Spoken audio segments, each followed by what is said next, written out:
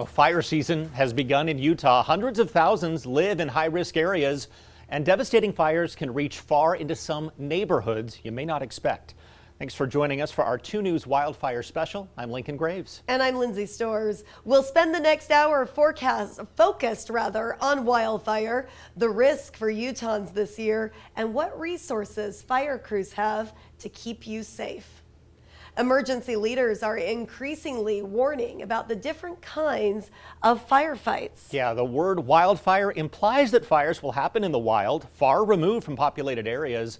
But I learned that urban fires can be a big danger too. Across the American West, more and more urban city dwellers are thinking about fire danger. The first year we were here, I was like, It's crossed Marie Riker's mind. well, maybe a little bit in the summertime when all the green weeds turn brown. As well as the mind of her neighbor, About 28 years. Randy Hansen. These weeds here on the hillside here just start to get out of hand. Marie and Randy don't live in typical wildfire country. A suburban Salt Lake City neighborhood, far from deep forests or rugged hillsides. A major freeway 100 yards away. But across the street, the Jordan River Parkway. A peaceful, tranquil place most of the time, but where vegetation can dry out and become fuel for wildfires. You live in the middle of the valley, basically, right? You're far from the mountains. Right. But you've worried about wildfire before. Oh yeah.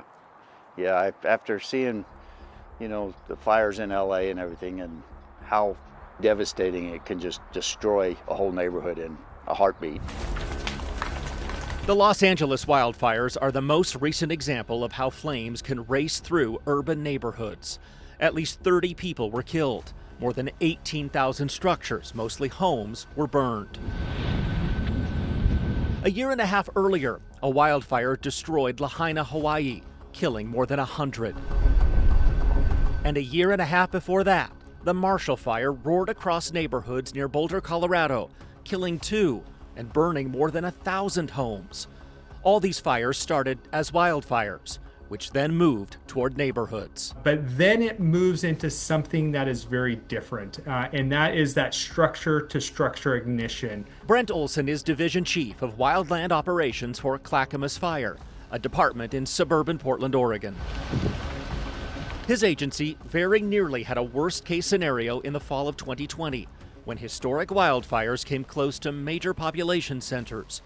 500,000 people were under some level of evacuation order. We really didn't think it could happen to us, and it did. Olson says that if fires reach urban areas, spread by extreme conditions, everything changes. And at that point, I no longer term it a wildfire and what we traditionally think of as trees and brush and things of that nature.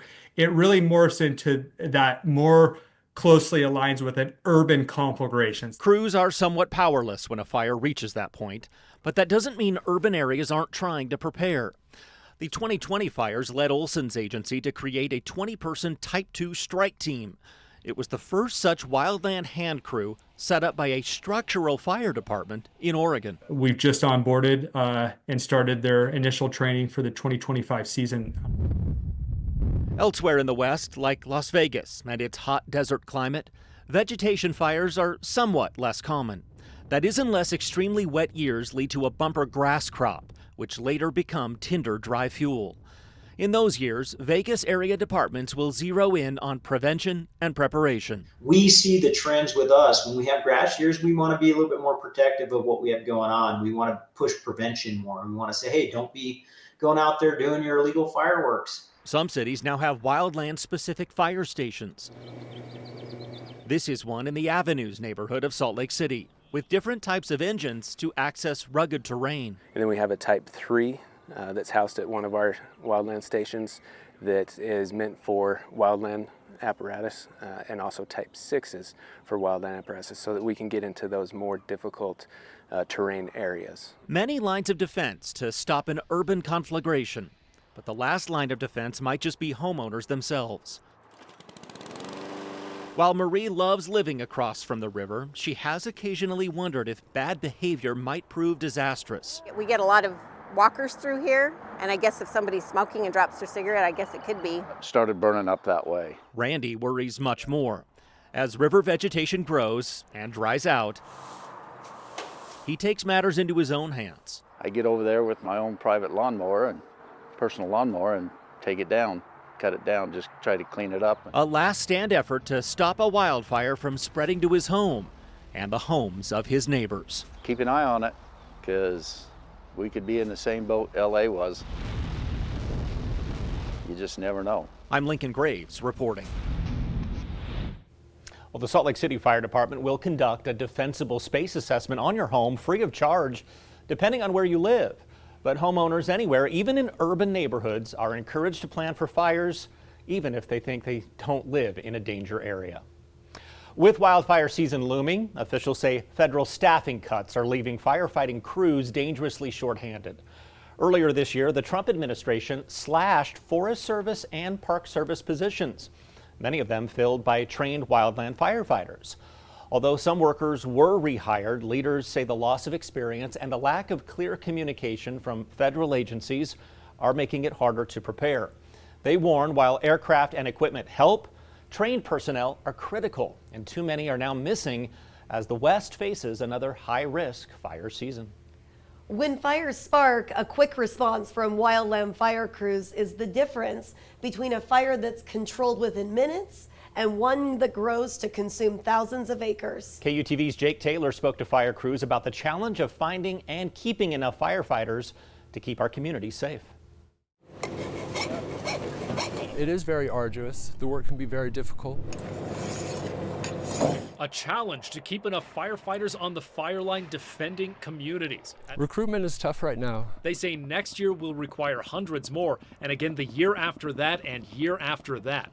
Will it be hard to keep up? Without hesitation, I would answer yes. It seems that the fire season is longer, more extreme. Adding to the challenge of filling these positions is how challenging the actual job is. Wildland firefighting is very extreme, right? It's physically demanding, mentally demanding, emotionally demanding. Putting a burden on family as well. But the thing that sticks with me is the time away. I remember that the most. These difficulties sometimes forcing experienced firefighters out. So at any time, they could be away from their family 25 days on the higher end and at least 16 days at a time. So it's very hard to keep people in those jobs. You know, you can try it for a year or do it for a career. Tim Turner leads Wasatch Hell Attack.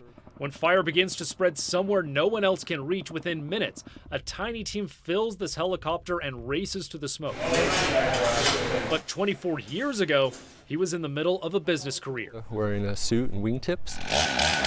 On his first season, he fought fires in the baking heat of St. George, Utah. It really is, at the end of the day, a job of service. And at the end of the day, I can hold my head a little higher and my back a little straighter. And Turner says the thrill of taking a helicopter to the top of a mountain to go head-to-head with a fast-moving wildfire is like fulfilling a childhood dream. That excitement doesn't leave from when you're 3 years old to 30 years old. It's pretty fun. A lot of people get into it and love it. Some don't. But dreams have to pay the bills. The cost of living is way different than what it was in the past. If in coming years a fire rages close to your home, how you're protected may depend on how many people can be persuaded to take on this job. Depends on what the economy is doing, what the unemployment rate is, what inflation looks like, what entry-level jobs are hiring at. New strategies and new tools could give crews an edge against wildfires. We see the updated resources that will take on major fires this season. That's ahead. I think the new normal is hotter and drier. And how will drought affect the wildfire risk where you live? I'll show you how dry it is across the state and what it means for this year's fire season when we return.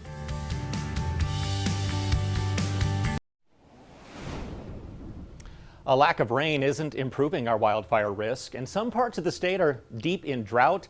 Lindsay is here to show us how we did this winter. This past winter was pretty decent as far as snowfall goes in northern Utah, but in southern Utah, our snowpack was nowhere near normal. And because of that, the drought monitor shows you that we do have severe to even extreme drought down there. That extreme drought area is for portions of Iron and Washington County. So we are already going into the driest time of year at a deficit across central and southern Utah. Even northern Utah is considered unusually dry, despite the fact that we did end up having a pretty decent snowfall year. Going into June, July, and August, this is what the long-range models are showing.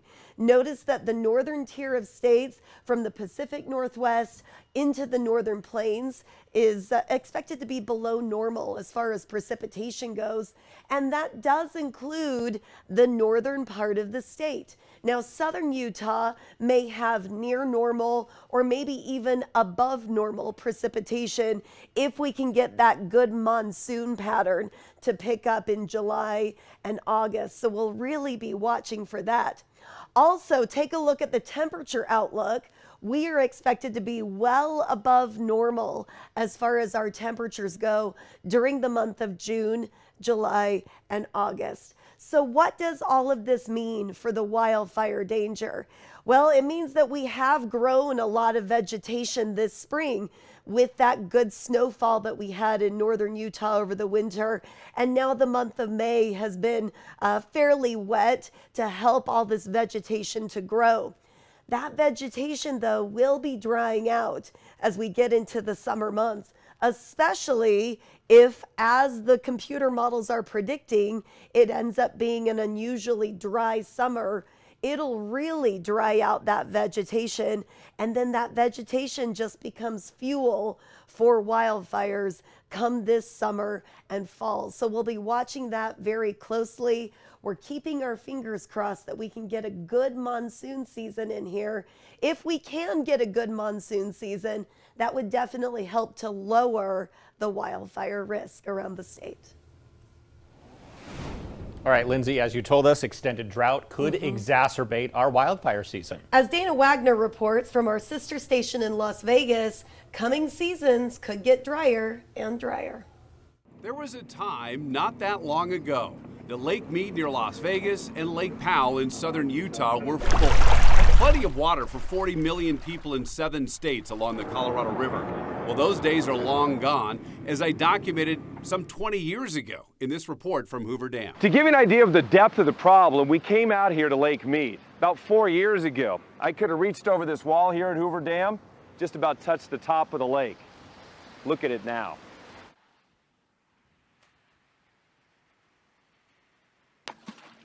Our drought that we're in today has been going on for about 25 years. Colby Pellegrino with the Southern Nevada Water Authority doesn't think it's going to get any better anytime soon. In fact, she thinks it'll get even worse moving forward. I think the new normal is hotter and drier. I think what's scary is the new normal actually may be drier than what we're experiencing today. Just to orient you a little bit, Lake Powell sits on the state line in between Utah and Arizona.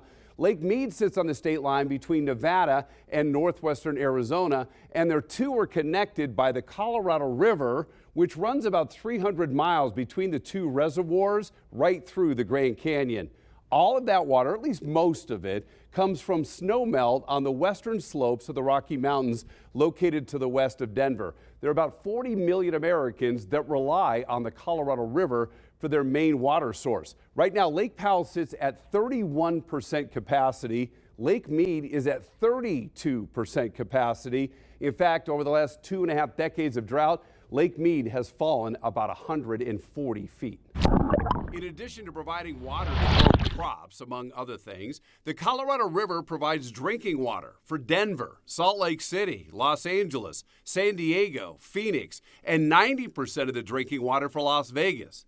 Arizona and Nevada have been forced to take less water from the two lakes because of a shortage on the river declared by the federal government 4 years ago.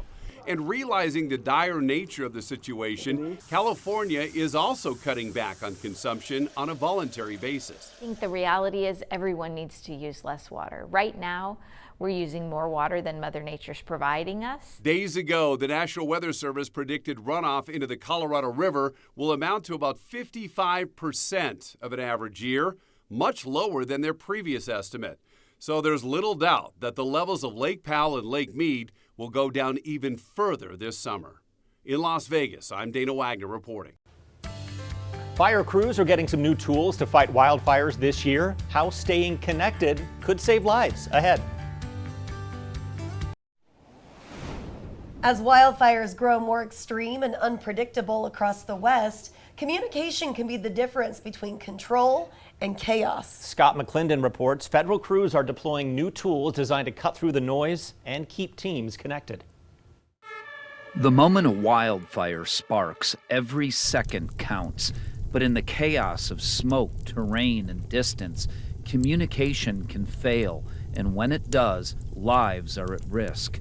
At the National Interagency Fire Center, a new generation of communications gear is changing that. They're called RICS kits, and they're helping wildland firefighters stay connected, even when traditional radios can't. The current radio system we have that we support out of NICD here is designed for the rugged terrain. It's designed for the adaptability to be flown or, solar powered, however we got to do it, set it up on the rugged top mountain. Jason Bruce leads the National Interagency Incident Communication Division.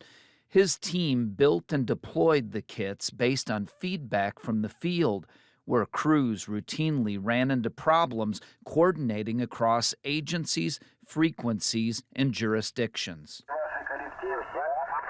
Our overall response strategy isn't going to change as far as that goes. It's still, our mission is the same. Our mission is to support the safety and for wildland firefighters on the ground. But it does help us adapt to challenges, as being able to not have to have a handheld radio strapped to them. They can have it on their cell phone. The project is funded in part by the Bipartisan Infrastructure Law. Morgan Gill, a telecommunications specialist with the BLM, helped lead the pilot program, starting with a nationwide survey of communication breakdowns on fire lines. And we were able to bring a lot more situational awareness to the incident command team. And they also were able to transcribe, record, and log all of the radio communications that happened on the incident. We were also demoing another feature where we had crews that weren't native English speakers, and we were able to real-time translate their radio communications to English and then English back to their native language as well. Those emergencies, called incidents within incidents, are when things can go dangerously wrong. A firefighter hurt, a medevac needed. With the RICS kits, those moments can be logged, transcribed, and responded to faster. What this system will bring is the ability to see exactly what was said on the radio, because sometimes it doesn't come clear over audio. And with the 2025 fire season expected to be hotter and drier than normal across the West, tools like these aren't optional, they're essential. Radio communications are a vital role as far as safety, as far as the mission. Without the radio communications and the synergy, the work on the ground can't be done per se as effectively. From forest floors to command posts, the RICS kits are already being deployed with more crews trained every week. The mission? Keep lines open, decisions fast, and firefighters protected. I'm Scott McClendon reporting. Those kits are expected to see even wider use this summer as more wildfires break out across the region. And while they won't stop fires from starting, they may help end them faster and save lives in the process. We've seen a significant increase in extreme weather that has caused extreme wildfires in the Intermountain West. Increasingly, Utah and other states are spending billions to bury one key wildfire risk. What it takes and why one city says it's well worth the cost, right after the break.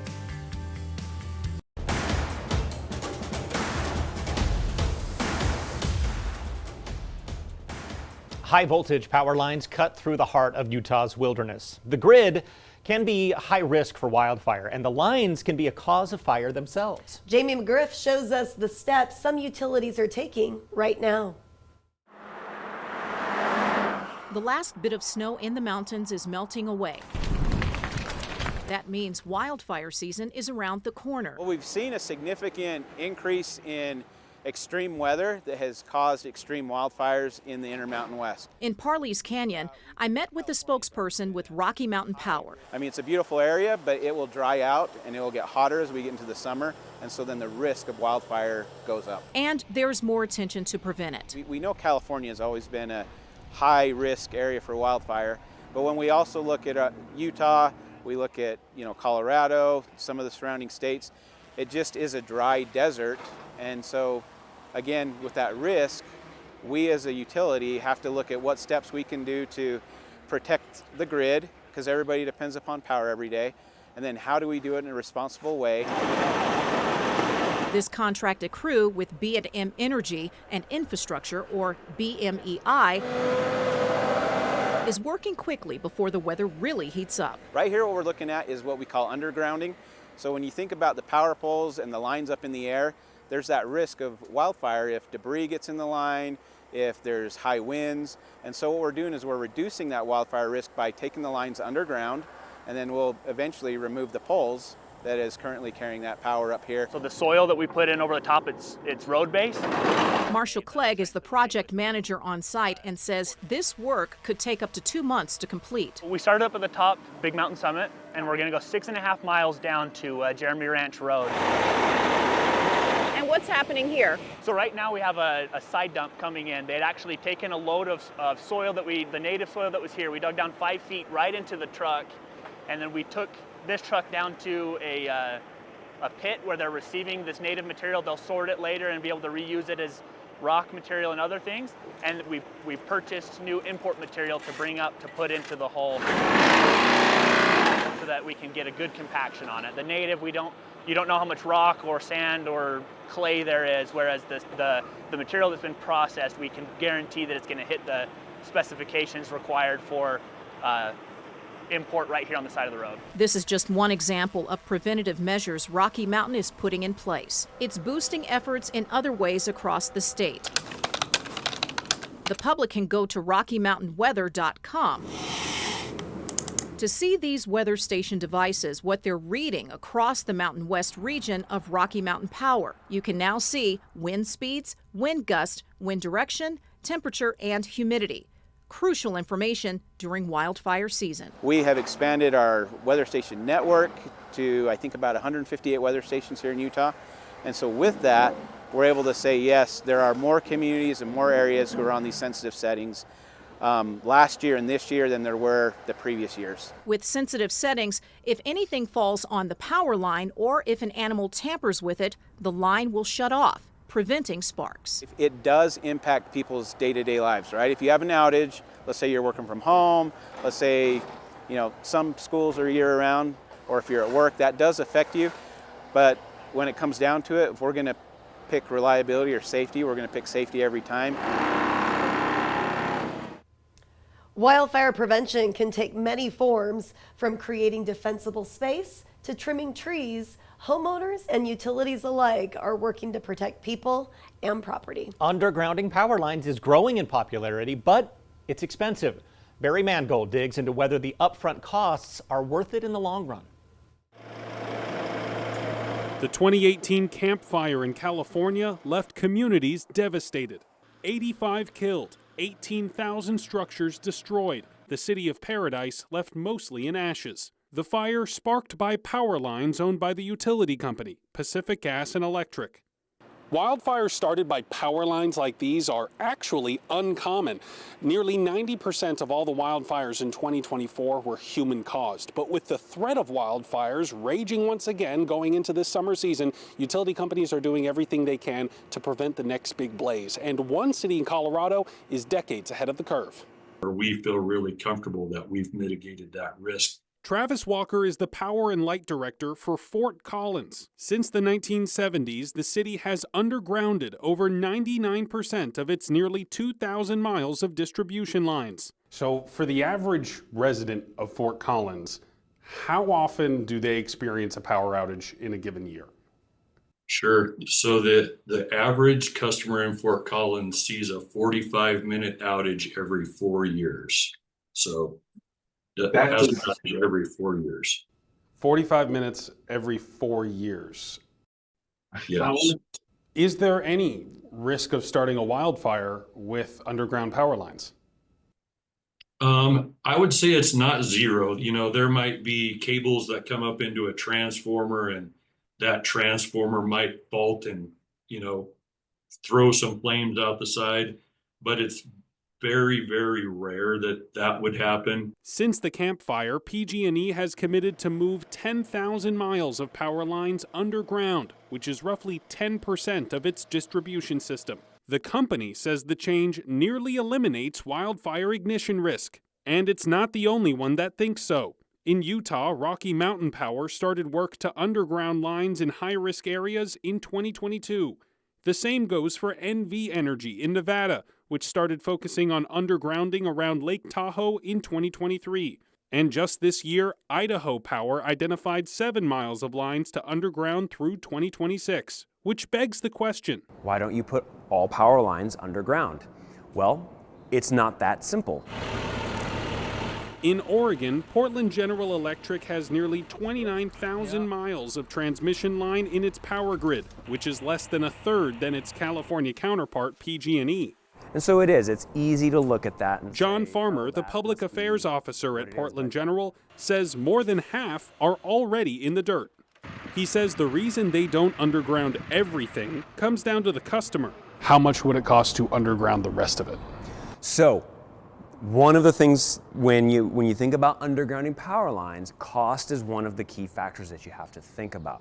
If we were to put our entire distribution system underground right now, the cost would be on the order of tens of billions of dollars. Tens of billions. Tens of billions of dollars. That cost, he says, would translate to power bills going up by thousands of dollars for every customer. Compare that cost to the roughly $25 billion that PG&E had to pay to settle lawsuits related to the campfire and other blazes in the late 2010s. Farmer says the utility considers the cost of uprooting buried power lines for routine maintenance and instead invests in meteorologists, AI-powered cameras to spot smoke, fire-resistant poles, and early alert systems.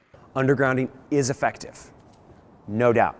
However, it is not always the most effective or most cost-effective or most appropriate solution for a certain stretch of power lines.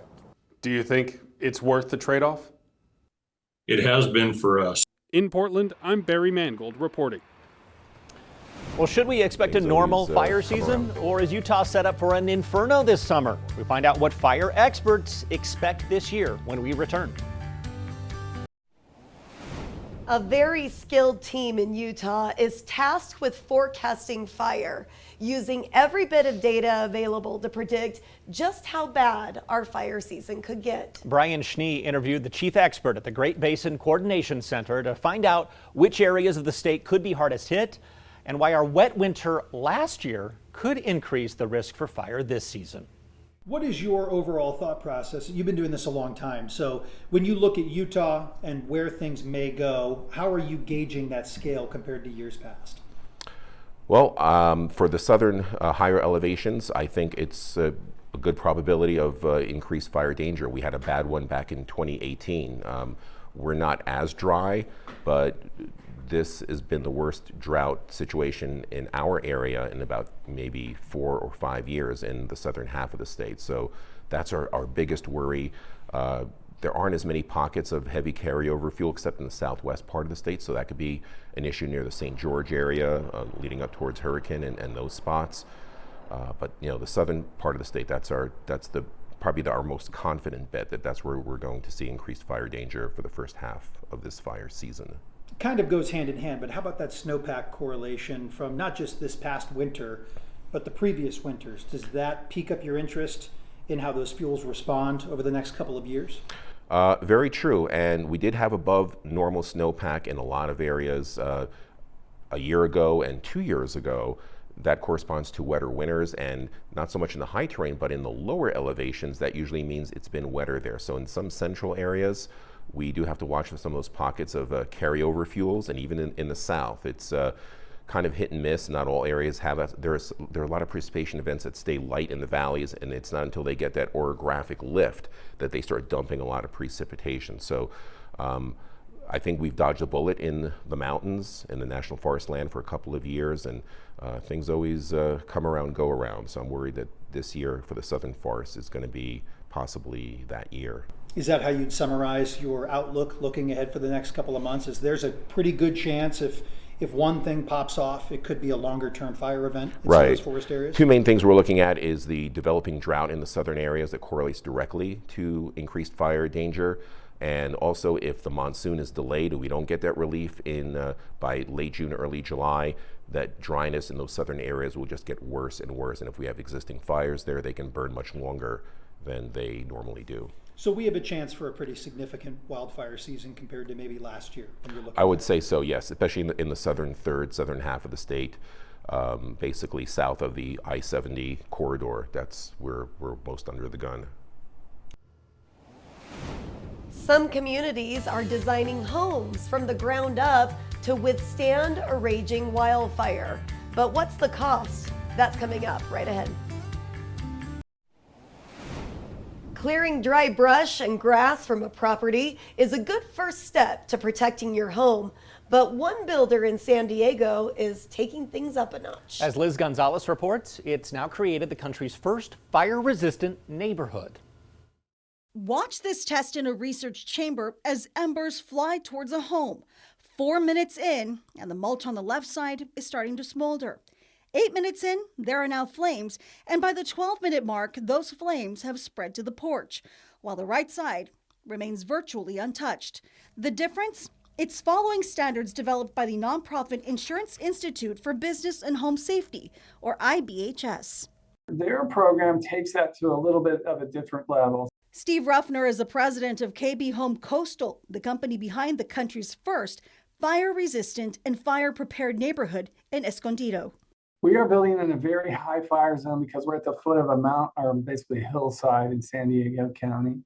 But all 64 homes in the Dixon Trails neighborhood are designed to protect against direct flame contact, radiant heat, and embers. They feature Class A fire-rated roofs, non-combustible gutters, upgraded windows and doors, and ember and flame-resistant vents. And then the eaves are stuccoed so that embers can't get up into the attic. So there's no open eaves. And then the vents are all the fire-resistant 1/8-inch mesh, which prevents embers from going into the vent structures. They also feature fences made out of metal instead of wood, which can catch fire, and a 5-foot buffer zone around the home.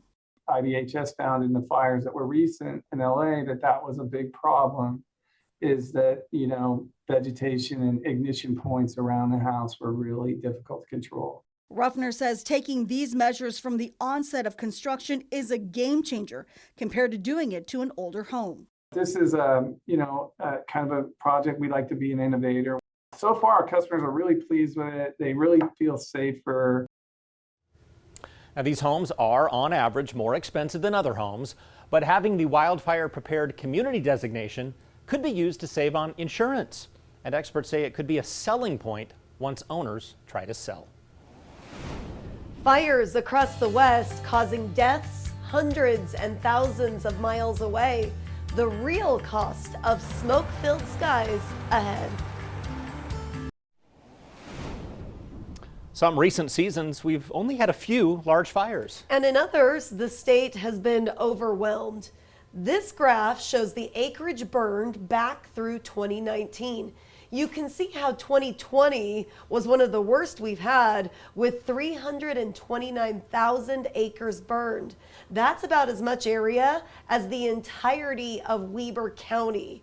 After that, we had some less intense fire seasons with a relatively calm year in 2023. Things picked back up last year with more than 90,000 acres burned.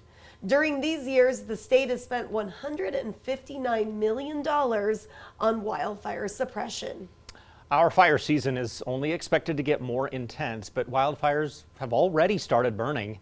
In April, the Olive Fire burned about 70 acres in Sevier County. A few days later, a 700-acre wildfire that erupted in Weber County. The Rail Trail Unit Fire torched more than a square mile of brush. That was just within hours before being contained by the DNR and Weber Fire District. And authorities say this fire was human-caused.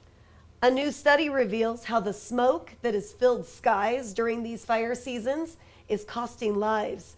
Between 2006 and 2020, an estimated 15,000 deaths across the U.S. were linked to wildfire smoke, specifically to fine particulates that can trigger serious and sometimes fatal health problems.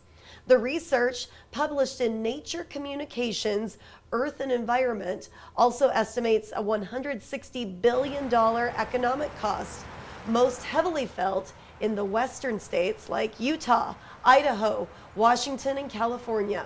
With smoke seasons growing longer and more intense, scientists say cutting greenhouse gas emissions and managing wildland fuel will be key to saving lives in the years ahead.